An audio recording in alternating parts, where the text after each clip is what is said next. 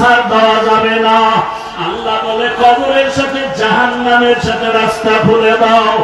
আল্লাহ বলে কবরের মাটি এই বিনাবাদী গুনাহগার নাফরমানের ঘর, দুই পার্শ্ব থেকে এমন জোরে চাপ দাও, দুই পার্শ্বের মাটি এত জোরে জোরে চাপ দিবি ওরে পাঁজরের হাড় গুলো চুরমার হয়ে যাবে।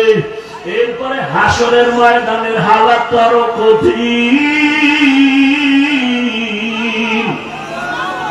ও বান্দা, আজকে ছেলের পাগল হয়ে দৌড়াও, মেয়ের মায়ায় দৌড়াও, কিন্তু কেউ তোমার জন্য দৌড়ায় না।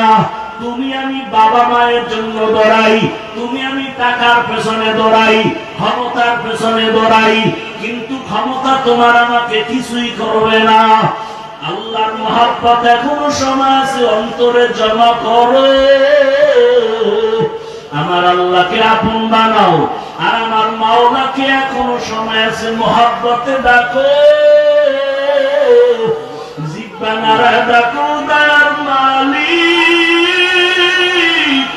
ও আমার দয়ার আল্লাহ। ও আল্লাহ, তোমার দেওয়া নিয়ামত খাইলাম, তোমার দেওয়া নিঃশ্বাস নিলাম, তোমার দেওয়া বাতাস ভোগ করলাম, কিন্তু হক আদায় করে জিহ্বার হক আদায় করতে পারি নাই, চোখের হক আদায় করতে পারি নাই, কানের হক আদায় করতে পারি নাই। ও আল্লাহ, অন্তরের হক আদায় করতে পারি নাই।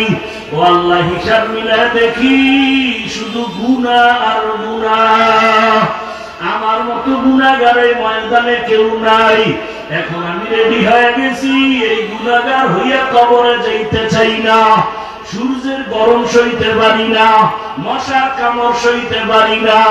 গুনাহগার হইয়া হাসরের ময়দানে দাঁড়াইয়া কেমনে সূর্যের গরম সহ্য করব, জাহান্নামের গরম কেমনে সহ্য করব। ও আল্লাহ, তওবা করতেছি, দয়া করে মাফ করে দাও। আর নামাজ ছাড়বো না। ও যুবকেরা, তওবা করো। জীবনে তো কম দাড়ি কাটলা না, নামাজ কম ছাড়ো নাই, বেপরদায় কম চলো নাই। মা বাবার দোয়া নিয়ে, শিক্ষকের দোয়া নিয়ে এখনো রেডি হয়ে যাও। আল্লাহর কাছে তওবা করো, আর নামাজ ছাড়বা না, দাড়ি কাটবা না, বেপরদায় চলবা না।